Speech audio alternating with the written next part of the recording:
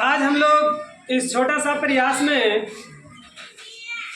विजयनगर साम्राज्य के बारे में जानकारी लेते हैं। जानते हैं पहले क्या होता था ना, जैसे उत्तर भारत में कोई शासक शासन कर रहा है तो दक्षिण भारत में कोई और, यानी समानांतर रूप में एक ही टाइम में दो शासक, इधर कोई और या उधर कोई और।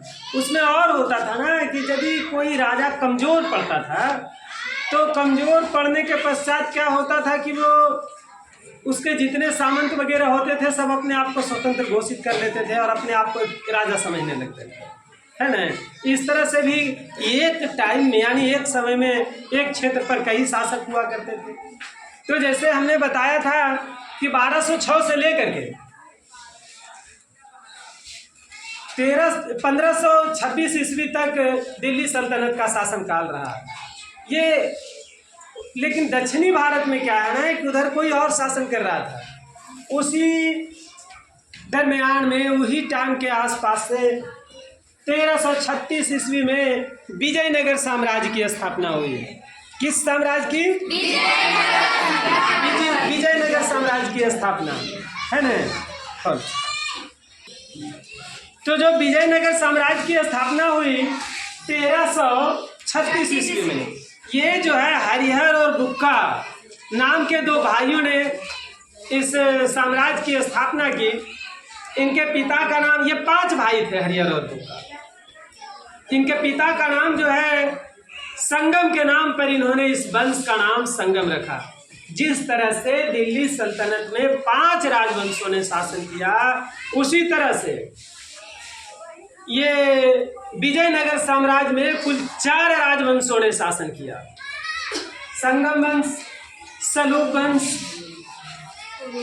देख पा रहे हैं, सलूप वंश, तुलुप वंश और अराबिडो वंश, ये 4 राजवंशों ने मिलकर के विजयनगर साम्राज्य पर शासन किया। कितने राजवंश मिलकर के? 4 राजवंश मिलकर के, जिसमें सबसे पहले है संगम वंश।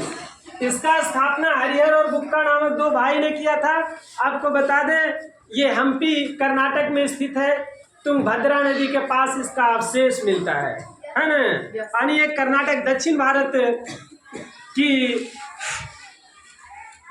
राज्य है ना। तो चलते हैं थोड़ा सा संगम वंश के बारे में। संगम वंश जो था हरिहर और बुक्का जिसकी स्थापना किया था 1336 से लेकर के 1485 ईस्वी तक में कुल 7 शासकों ने शासन किया। हरिहर 1336 से 1356 ईस्वी तक, बुक्का प्रथम 1356 से लेकर के 1377 ईस्वी तक, हरिहर सेकेंड 1377 से 1404 ईस्वी तक, देवराय प्रथम 1406 से 1422 ईस्वी तक, देवराय द्वितीय 1422 से लेकर के 1446 ईस्वी तक, और मल्लिकार्जुन 1446 से लेकर 1465 तक, और लास्ट में विरूपाक्ष जो है 1465 से 1485 ईस्वी तक। ये था संगम वंश। तो संगम वंश जो है विजयनगर साम्राज्य का पहला राजवंश है ना। जैसा कि मैंने बताया कि विजयनगर साम्राज्य में कितने राजवंश है? 4। संगम, सलूप, तुलुप और अराबिडो। चलते हैं अब दूसरे राजवंश के सलूप के बारे में। ये उतना ज़्यादा फेमस नहीं है ना, और मात्र 20 वर्ष लगभग ये शासन किया। ये 1485 से लेकर के 1505 ईस्वी तक वीर नरसिंह जो है इसके संस्थापक थे, है ना। उसके बाद तुलुप वंश की बारी आती है। तुलुप वंश 1505 से 1565 ईस्वी तक। इसमें कृष्णदेव राय सबसे प्रतापी राजा थे इस वंश के। कृष्णदेव राय, जिस तरह से अकबर और बीरबल की कहानी आप लोग सुने होंगे, याद है कृष्णदेव राय के साथ किनकी कहानी सुने होंगे? तेनालीरामन के। किनकी कहानी सुने हैं?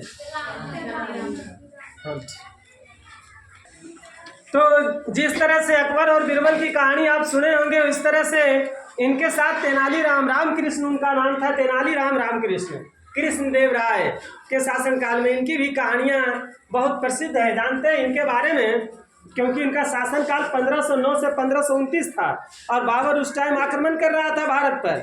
1526 में उसने मुगल साम्राज्य की स्थापना कर दिया था बाबर ने, है ना। बाबर ने अपनी आत्मकथा बाबरनामा में लिखा है कि कृष्णदेव राय सबसे शक्तिशाली शासक है ना, यानी इनकी जिस टाइम ये शासन कर रहे थे इनकी शक्ति बहुत अधिक थी। ठीक है, ऐसा खुद बाबर ने लिखा है। जानते हैं इन्हें आंध्र भोज कहा जाता है, आंध्र पितामह कहा जाता है, अभिनव भोज के नाम से जाना जाता है इनको, कृष्णदेव राय को। अब चलते हैं इनके चौथे राजवंश यानी विजयनगर साम्राज्य के चौथे राजवंश अराविडू में 1570 से लेकर 1672 ईस्वी तक इन्होंने शासन किया है ना। लेकिन वैसा कोई खास इसमें भी ज़्यादा कुछ नहीं, इसकी स्थापना तिरुमल ने किया। विजयनगर साम्राज्य में कुछ विदेशी यात्री भी भारत आए। अक्सर एग्जाम में इसके बारे में पूछा जाता है, जैसे निकोली कोंटी कहाँ का रहने वाले थे, तो इटली के। भारत कब आए, तो 1420 में। कब, किनके शासनकाल में, तो देवराय प्रथम के शासनकाल में। ये खूब इंपॉर्टेंट क्वेश्चन है, निकोली कोंटी के बारे में पूछा जाता है। इसके अलावा और आए, अब्दुल रज्जाक आए जो फारस से आए 1442 ईस्वी में, देवराय सेकेंड के शासनकाल में भारत आए। उसके बाद डोमिंग पायस और बारबोसा आए, ये दोनों पुर्तगाल से आए, दोनों अलग अलग आए, साथ नहीं आए, अलग अलग, लेकिन दोनों 1515 के में ही आए। ये कृष्णदेव राय के शासनकाल में आए है ना। कृष्णदेव राय के शासनकाल में एक और तेलुगु कवि रहा करते थे, कृष्णदेव राय, ये देवराय द्वितीय के शासनकाल में। नाम था श्रीनाथ उनका, श्रीनाथ प्रसिद्ध तेलुगु कवि देवराय द्वितीय के शासनकाल में रहते थे। इसके अलावा जानते हैं विजयनगर साम्राज्य का जो पतन हुआ, पतन के पीछे कहा जाता है कि अक्सर एक प्रश्न खूब बढ़िया उससे पूछा जाता है कि किस युद्ध के कारण या किस युद्ध के बाद जो है उसका पतन हो गया विजयनगर साम्राज्य का। तो इसके बारे में इसको 3 नामों से जाना जाता है। राक्षसी तंगड़ी कहते हैं, या ताली कोटा कहते हैं, या बन्नी हट्टी कहते हैं। अरे बन्नी हट्टी का युद्ध भी कहते हैं, ताली कोटा भी कहते हैं, राक्षसी तंगड़ी भी कहते हैं। इनका युद्ध 13 जनवरी 1565 को हुआ और इसी से जो है विजयनगर साम्राज्य का पतन हो गया है ना। विजयनगर साम्राज्य का पतन, यहाँ एक अलग प्रकार का विजयनगर साम्राज्य में व्यवस्था थी जिसको अयंगर व्यवस्था कहते हैं, जो हमारे पंचायती राज से कुछ मिलता जुलता व्यवस्था है, अयंगर व्यवस्था।